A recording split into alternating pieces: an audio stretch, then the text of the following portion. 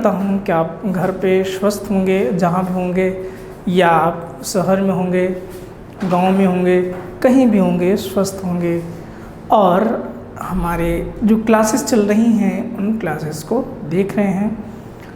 मित्रों, सिविल सेवा की जो तैयारी हम लोग कर रहे हैं, यह तैयारी एक धैर्य की तैयारी है। विषम परिस्थितियों में इंसान को जूझने की तैयारी है।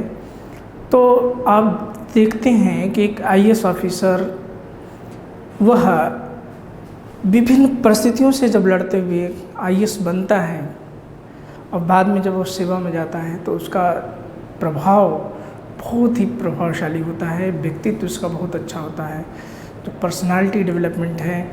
तो हम लोगों का जो लर्निंग ये प्रोग्राम है, इसके माध्यम से या फिर जब हमारा संस्थान खुल जाएगा तो हम लोग ऑफलाइन क्लासेस करेंगे। तो देखिए, तैयारी कभी भी एक दिशा नहीं हो सकती, एक आयाम में नहीं होना चाहिए। हम लोग प्री मेंस इंटरव्यू, अपना पर्सनालिटी डेवलपमेंट सब पे वर्क करते रहना चाहिए। क्योंकि इंटरव्यू, अगर अभी जो पीसीएस का इंटरव्यू चल रहा है, इसमें स्टार्ट होने वाला है, तो उस इंटरव्यू में भी पर्सनालिटी डेवलपमेंट का बहुत बड़ा वैल्यू है। आपका ज्ञान का परीक्षण नहीं, ज्ञान तो ऑलरेडी आप बता चुके हैं, जता चुके हैं, तभी तो आप इंटरव्यू देने जा रहे हैं। क्योंकि मेंस बिना दिए तो इंटरव्यू होता नहीं है। तो इस भ्रम में नहीं रहने चाहिए हमको कि वहाँ पर हमारा ज्ञान का ही मौलिक परीक्षण है। हमारा जो व्यक्तित्व है वह कैसा है, हम निर्णय कैसा ले पा रहे हैं, ये हमारे लिए बहुत मायने रखता है। तो जितना ही मस्तिष्क को अपने सहज सरल और परिस्थितियों को झेलने की कैपेसिटी उसका आप बिल्ड करेंगे, उतना ही बेहतर निर्णय आप ले पाएंगे, सही निर्णय ले पाएंगे। क्योंकि आपको प्रशासन के एक हिस्से के रूप में उसका एक टुकड़े को चलाना होगा, और चलाना है सिर्फ आपको, वहाँ पे प्रोसेसिंग में करना है। तो वैसे ही ये इन्वायरमेंट स्टडी भी है। जिस तरह से हमारा प्रशासनिक एक सिस्टम के तहत प्रशासन कार्य करता है, हम भी उस सिस्टम का पार्ट बन जाएंगे जब हमारा चयन हो जाएगा। तो ठीक उसी तरीके से हमारा पर्यावरण भी एक सिस्टम के तहत कार्य करता है। तो इस सिस्टम को समझने के लिए हम लोगों ने अभी तक जो स्टडी की कि पर्यावरण है क्या, पर्यावरण के घटक क्या हैं होते हैं, फिर हम लोगों ने पारिस्थितिकी को समझा, पारिस्थितिकी तंत्र को समझा, पारिस्थितिकी तंत्र के विभिन्न पहलुओं को समझने का कोशिश किया। अब उसी को आगे लेके चलना है, उसी टॉपिक को आगे बढ़ाना है। तो आज का जो हमारा टॉपिक्स है, बायोडाइवर्सिटी, जैव विविधता। प्रश्न बहुत सारे हैं जैव विविधता के लेकर के। आइए देखते हैं किस क्रम में इस चैप्टर का डिस्कस करेंगे। एक बड़ा चैप्टर की शुरुआत हो चुकी है जिसमें बहुत से कॉन्सेप्ट होंगे, बहुत से डाटा होंगे, उन सब का संकलन करते हुए सबका एनालिसिस करना है। तो हमारा कई पार्ट में हो सकता है। तो आइए पहले हम लोग देखना शुरू करते हैं। देखिए, सबसे पहले हम लोग जानेंगे क्या स्टडी का जो क्रम होना चाहिए हम लोगों का, इसका क्रमबद्ध कर लें। सबसे पहले हम लोग जानेंगे कि जैव विविधता क्या है बायोडाइवर्सिटी। फिर उसके बाद हम लोग यह जानेंगे कि जैव विविधता आवश्यक क्यों है, क्या कारण है कि दुनिया में सबसे ज़्यादा अगर किसी टॉपिक पर, किसी मुद्दे पर विचार विमर्श होते हैं तो जैव विविधता को लेकर के। तो जैव विविधता की चर्चा क्यों, जैव विविधता की चर्चा क्यों होती है, इसका डिस्कस इतना ज़्यादा क्यों, यह आवश्यक क्यों है हमारे लिए, क्या आवश्यकता है इसकी, इसका हम लोगों के जीवन में महत्व क्या है, क्या बेनिफिट है इससे, और इसके साथ ही साथ जो समसामयिक मुद्दे हैं उनको भी कोरिलेट करने का काम हम लोग करेंगे। समसामयिक मुद्दे, इनको भी कोरिलेट करेंगे इनसे।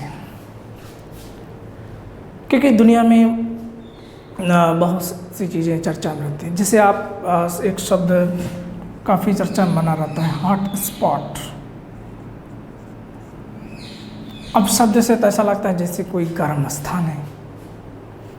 तो हॉट स्पॉट या बिंदु, इसको लेकर के काफ़ी चर्चाएं हैं दुनिया में, काफ़ी डिस्कस है इस दुनिया में। चलिए आइए बायोडाइवर्सिटी सुनते हैं। तो डेसमैन एक वैज्ञानिक जिन्होंने जैव विविधता शब्द के बारे में हम लोगों को बताया, बायोडाइवर्सिटी के बारे में बताया कि किसी भी स्थान पर जीव एवं वनस्पतियों की विविधता, उनमें विभिन्नता को ही हम लोग क्या बोलते हैं, जैव विविधता। किसी विशेष स्थान पर, किसी भी विशेष क्षेत्र में, एक निश्चित क्षेत्रफल में जीवों एवं पादपों में विविधता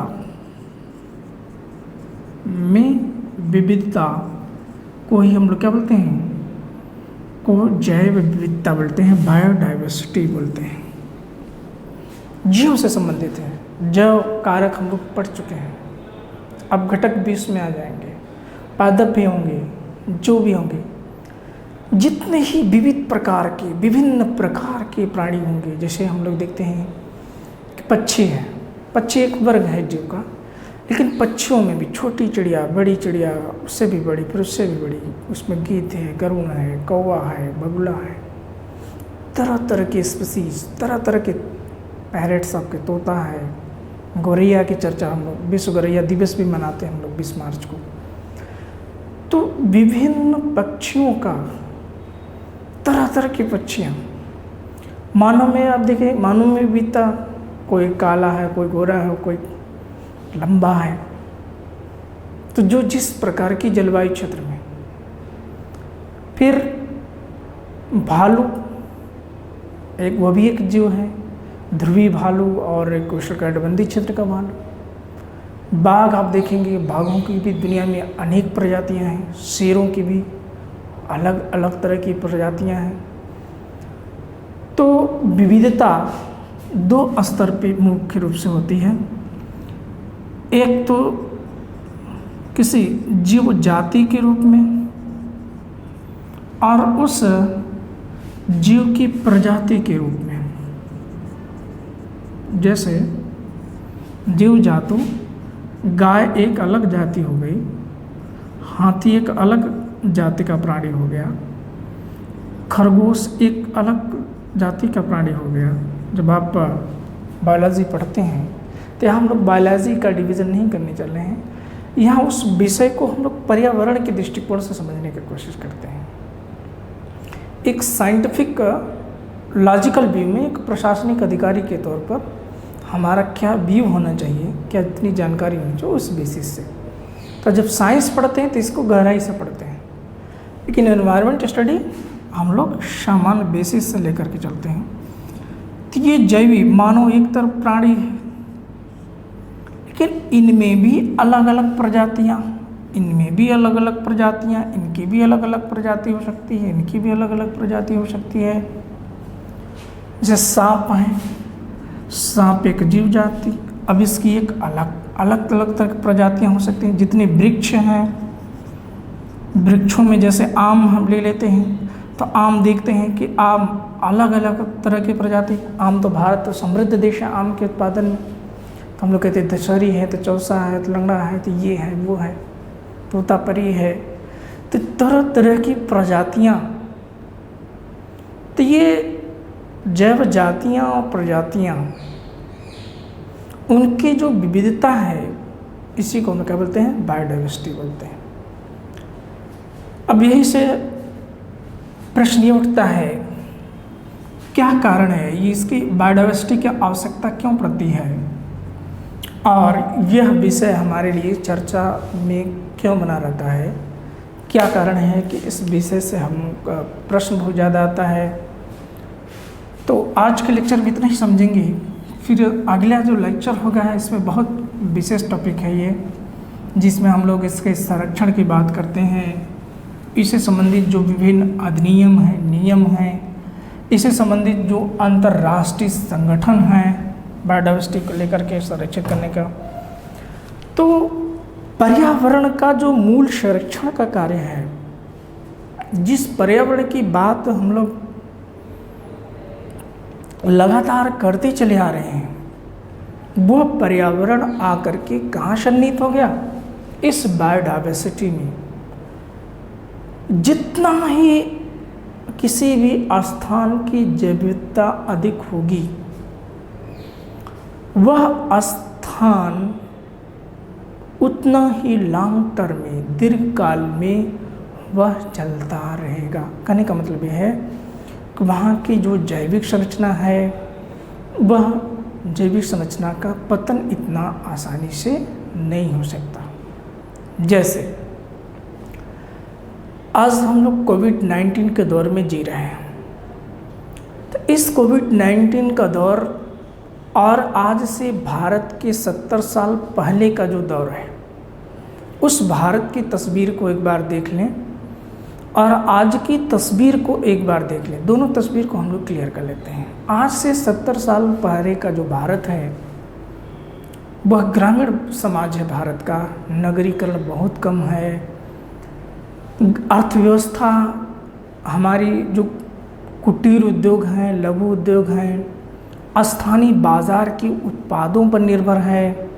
ग्रामीण व्यवस्था में जो उत्पादन हो रहा है उस पर निर्भर है, उसके कृषि क्षेत्र पर, वहाँ पे जो जो वस्तुएं उत्पादित की जा सकती हैं उस पर निर्भरता है। उससे और पहले के भारत में चलें तब भी यही स्थिति है। अंग्रेज़ों से आने के पहले के भारत में चलें तब और भी हमारा समाज क्या है, गांव पर पूरी तरीके से गांव आत्मनिर्भर होंगे, एक बहुत होगा कस्बे पर निर्भर हो जाएंगे। लेकिन आज का जो भारत है, क्या भारत या दुनिया का कोई भी देश ये कहे कि मैं सेल्फ डिपेंड हूँ? तो आज के युग में चाहे वो संयुक्त राज्य अमेरिका ही हो, चाहे वो रशिया हो। हाँ, आपके लिए एक बेहद सूचना कि रशिया कोविड-19 का वैक्सीन का जो मानव उसका ह्यूमन ट्रायल था वो सक्सेस हुआ, ह्यूमन ट्रायल उसका पास हो चुका है। ये हम लोगों के लिए शुभ संकेत है कि दुनिया में अब कोरोना के टीके भी आ जाएंगे। तो इस उदाहरण से समझिए आप कि आज की दुनिया ग्लोबलाइज है, वैश्विक है। तो वैश्वीकरण में क्या होगा कि हमारी संस्कृति किसी एक संस्कृति में सन्निहित हो सकती है। दुनिया की भाषा क्या हो सकती है? ग्लोबलाइज हो सकती है। भारत में आप देखेंगे कि कितनी भाषाएं विलुप्त हो गई, कितनी संस्कृतियां विलुप्त हो गई। बल्कि भारत सांस्कृतिक विविधता वाला देश है ना, बहुभाषीय देश है, विभिन्न तरह के धर्म मानने वाले लोग हैं, विभिन्न तरह का आचार व्यवहार करने वाले लोग हैं, विभिन्न तरह के पहनावा पहनने वाले लोग हैं। लेकिन जब ग्लोबलाइज दुनिया हुई तो पूरे विश्व में एक तरह का बाजार सिस्टम डेवलप हुआ, एक तरह का उपभोक्तावाद की व्यवस्था डेवलप हुई, एक तरह का पहनावा विकसित हुआ, एक ही तरह की भाषा दुनिया में लगातार बढ़ती चली गई। तो आप देखिए कि जब उस दौर में प्लेग जैसी महामारी आती थी, हैजा जैसी महामारी आती थी, तो एक गांव, दो गांव, 2, 4, 5, 20 गांव समाप्त हो जाते थे, क्योंकि कनेक्टिविटी बहुत दूर तक नहीं थी। लेकिन आज वैश्वीकरण के दौर में चीन से चला हुआ कोरोना पूरे दुनिया में फैला और भारत में आकर के हम लोग के शहर में आ गया है। शहर के लोग जो है इससे प्रभावित हैं, हम लोग प्रभावित हो रहे हैं। तो ये एकीकरण का दिन है। तो क्या यहाँ पर विविधता रही? विविधता धीरे धीरे क्या हो रही है? खत्म होती चली जा रही है। तो जितना ही विविधता कम होगी उतना ही हमारा पतन क्या होगा? आसानी से हो सकेगा, सरल ढंग से हो सकेगा, सुलभ ढंग से हो जाएगा। लेकिन विविधता जितना ही ज़्यादा होगी, उस समाज का, उस देश का पतन उतना ही धीमी गति से होगा। भारत में इसका प्रभाव कहीं न कहीं कम होगा। तो इसका भी बहुत बड़ी देन है, भारत के जलवायु का भी बहुत बड़ा देन है।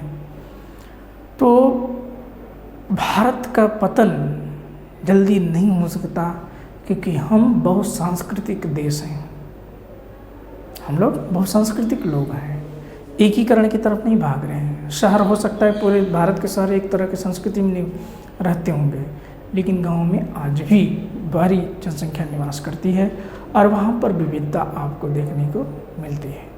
तो अपने समाज के ढांचे को हम लोग इस पर्यावरण के ढांचे में फिट कर दें तो यहाँ से हम लोग इसको आसानी से समझ पाएंगे। तो इस उदाहरण से हम लोग समझ पाए कि आखिर बायोडाइवर्सिटी की आवश्यकता क्यों है।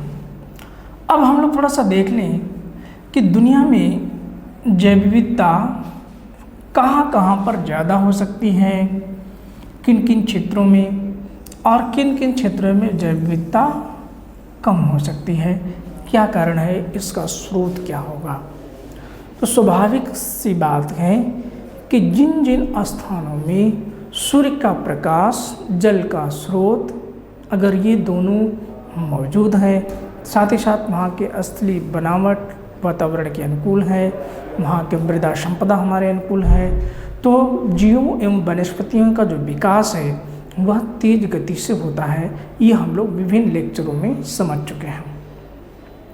तो स्वाभाविक सी बात है कि जो 0 डिग्री अक्षांश का क्षेत्र होगा, कौन सा क्षेत्र होगा, 0 डिग्री अक्षांश का क्षेत्र, जहाँ हम लोग यह जानते हैं कि वर्ष में 2 बार सूर्य का सीधा प्रकाश पड़ता है, और कर्क रेखा तथा मकर रेखा के मध्य जो हमारी कर्क रेखा है और जो मकर रेखा है, इन दोनों के मध्य में सूर्य का प्रकाश ऊर्ध्वाधर रूप से पूरे वर्ष चलता रहता है, विस्थापित होता रहता है। तो यहाँ पर सूर्य से प्राप्त होने वाली ऊर्जा की मात्रा सबसे ज़्यादा होगी, तो यहाँ पर वनस्पतियों का विकास भी बहुत ज़्यादा होगा। और साथ ही साथ हम लोग ये जानते हैं कि जो भूमध्य रेखी क्षेत्र है, जिसे विषुवत रेखी क्षेत्र बोलते हैं हम लोग, 0 से 10 डिग्री नॉर्थ और 0 से 10 डिग्री साउथ, ये जो क्षेत्र है यहाँ पर पूरे वर्ष में वर्षा भी सबसे ज़्यादा होती है और सूर्य का लगभग पूरे वर्ष सीधा प्रकाश भी पड़ता है। तो यही कारण है कि पूरे विश्व में सबसे ज़्यादा बायोडाइवर्सिटी हम लोगों को कहाँ मिलती है, विषुवत रेखी क्षेत्र में। जैसे अमेज़न का वन क्षेत्र है, जैसे कांगो का वन क्षेत्र है, जैसे इंडोनेशिया का वन क्षेत्र है, इन क्षेत्रों में आपका, और जैसे कि हमारा दक्षिण भारत केरल का शांत घाटी का क्षेत्र है, जहाँ पर सर्वाधिक जैव विविधता भारत में भी मिलती है। तो सर्वाधिक जैव विविधता होने का 2 ही आधार है। एक तो पहला सूर्य का प्रकाश की जो उपलब्धता है पूरे वर्ष कितनी ज़्यादा है, दूसरा वहाँ पर वर्षा की स्थिति क्या है, तीसरा वहाँ पर मृदा की संरचना कैसी है, मृदा की स्थिति क्या है, या फिर हम लोग कह सकते हैं कि जो स्थलीय बनावट है उसकी स्थिति क्या है। इस आधार पर हम लोग कह सकते हैं कि वहाँ पर जैव विविधता कैसी होगी। अब हम लोग अगर 0 डिग्री अक्षांश से ध्रुवों की ओर चलना प्रारंभ करें तो 90 degree north and 90 degree south तक, 90 डिग्री नॉर्थ एंड 90 डिग्री जो साउथ का क्षेत्र होगा, तो जैसे जैसे आगे बढ़ते हैं सूर्य से प्राप्त होने वाली ऊर्जा या ऊष्मा की मात्रा घटती चली जाती है। अगर ये दोनों लगातार घट रहे हैं, ऊर्जा ऊष्मा की मात्रा, तो स्वाभाविक सी बात है कि इसका प्रभाव उत्पादन पर पड़ता है। तो जैसे जैसे हम लोग ध्रुवीय क्षेत्र की ओर चलते हैं, सूर्य का प्रकाश की मात्रा कम हो रही है, ऊर्जा की मात्रा कम हो रही है, ऊष्मा की मात्रा कम हो रही है, ऐसी स्थिति में आप देख रहे हैं कि वनस्पतियों का विकास भी कम होता है, वनस्पतियाँ छोटी होती चली जाती हैं। और हम लोग देखते हैं कि ध्रुवीय क्षेत्र में टैगा या टुंड्रा प्रकार की वनस्पतियाँ जो मिलती हैं, शंकुधारी वनस्पतियाँ मिलती हैं, छोटे छोटे आकार में मौजूद होती हैं। तो जैसे जैसे इधर ध्रुवों की क्षेत्र चलेंगे तो इसका प्रभाव कम होता चला जाएगा, ऊर्जा कम होती चली जाएगी। तो जैव विविधता पर भी प्राकृतिक रूप से प्रभाव पड़ता है। अब जैव विविधता का जो अब स्वाभाविक सी बात है कि जिन क्षेत्रों में बायोडाइवर्सिटी ज़्यादा होगी उसका पतन इतना आसानी से नहीं हो पाएगा, और जिन क्षेत्रों में बायोडाइवर्सिटी बहुत ज़्यादा होगी उसमें पतन बहुत तेज गति से होने की संभावना बनी रहती है। अब प्रश्न यह है कि जैव विविधता चर्चा में इतना ज़्यादा क्यों बना रहता है। तो आप इन्हीं बेसिस पर ये समझ गए होंगे कि जैव विविधता का चर्चा में बना रहना या करंट इश्यूज़ में बना रहना का कारण क्या है।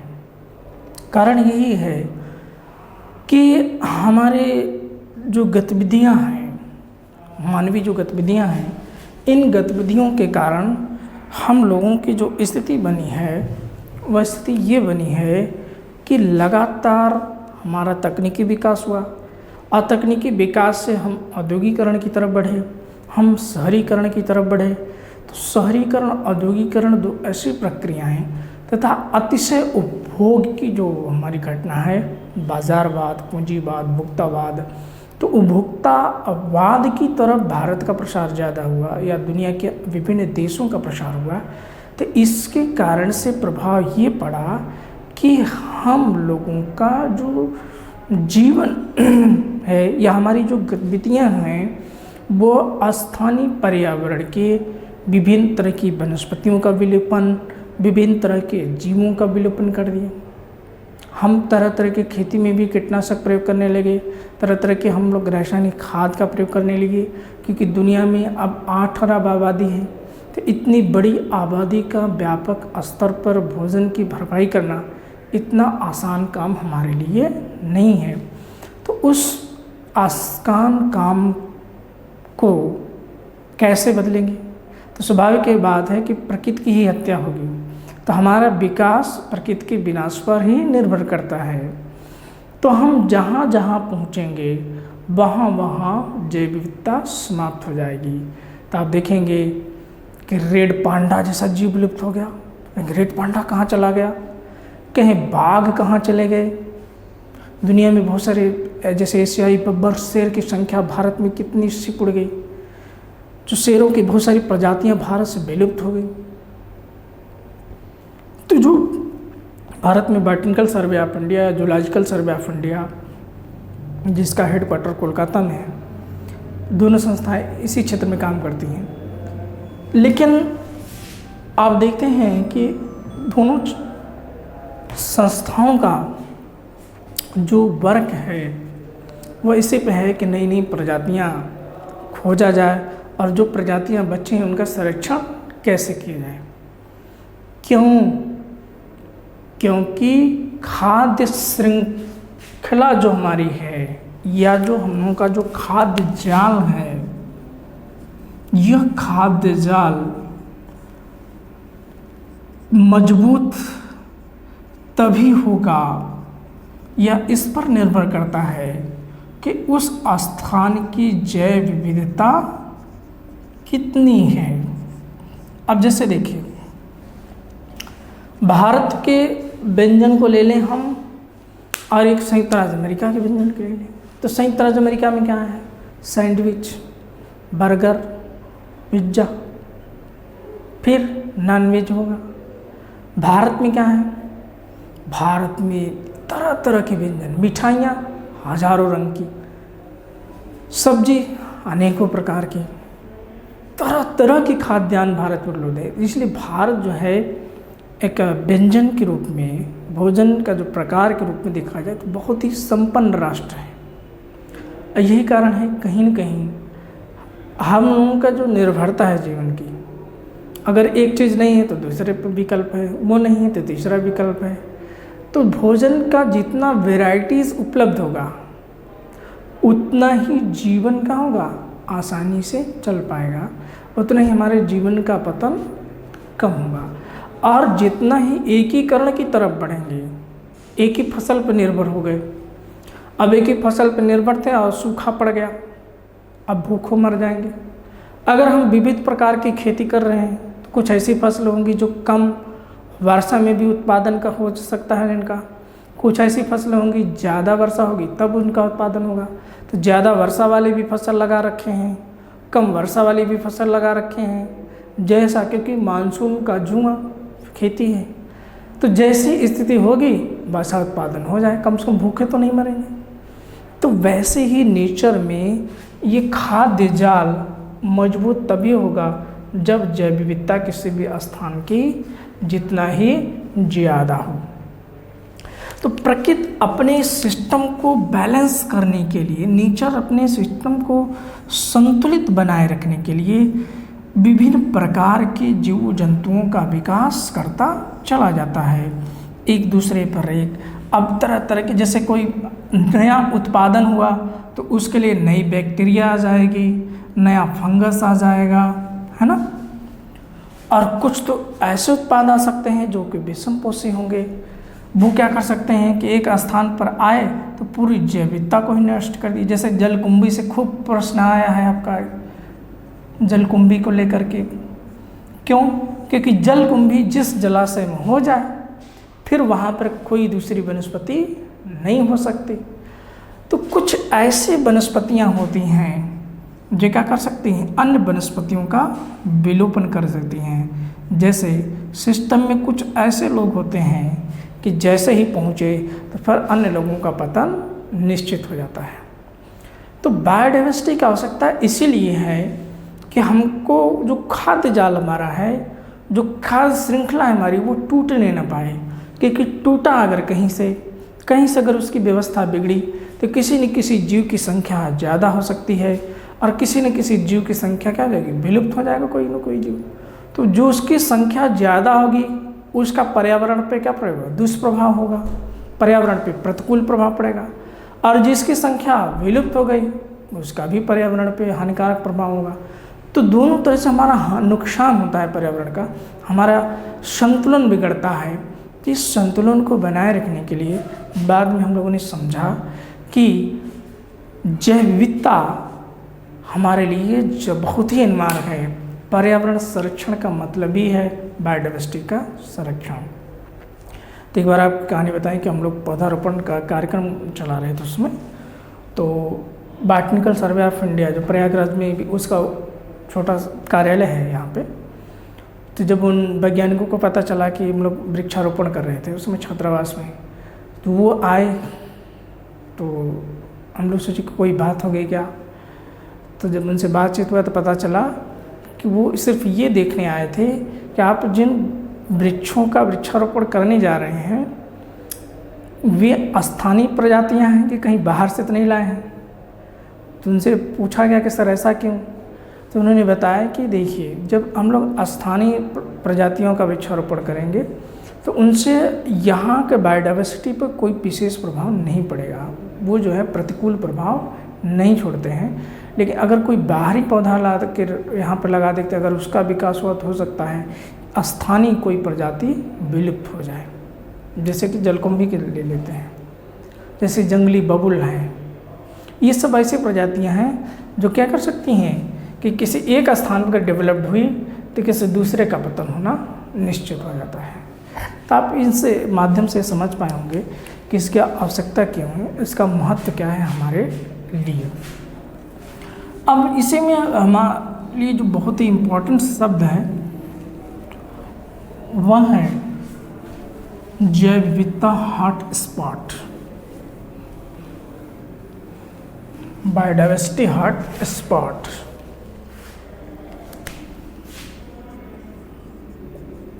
जैव विविधता हॉट स्पॉट, ये क्या है हॉट स्पॉट। तो देखिए, इसके लिए मूलतः 3 शर्तें हैं। एक, किसी स्थान पर, किसी स्थान के या किसी क्षेत्र के वहाँ पर कम से कम 1500 स्थानीय प्रजातियां हों।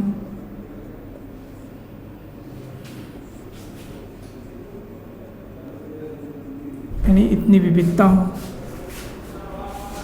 और उसमें से उसमें से लगभग 60 से 70% प्रजातियों का पतन हो गया। एक तो जैव विविधता भी अधिक हो, दूसरा उसका पतन भी अधिक हो गया। तो ऐसे स्थानों को हम लोग हॉट स्पॉट के रूप में चिन्हित किए हैं। ये जैव विविधता के संवेदनशील स्थान होते हैं, बायोडायवर्सिटी के संवेदनशील स्थान होते हैं, जहाँ पे जैव विविधता भी अधिक है और खतरा भी ज़्यादा बना हुआ है। तो भारत में भी बहुत से हॉट स्पॉट हैं, दुनिया में भी बहुत से हॉट स्पॉट हैं। तो उन विभिन्न हॉट स्पॉटों पर हम लोग अब चर्चा करेंगे।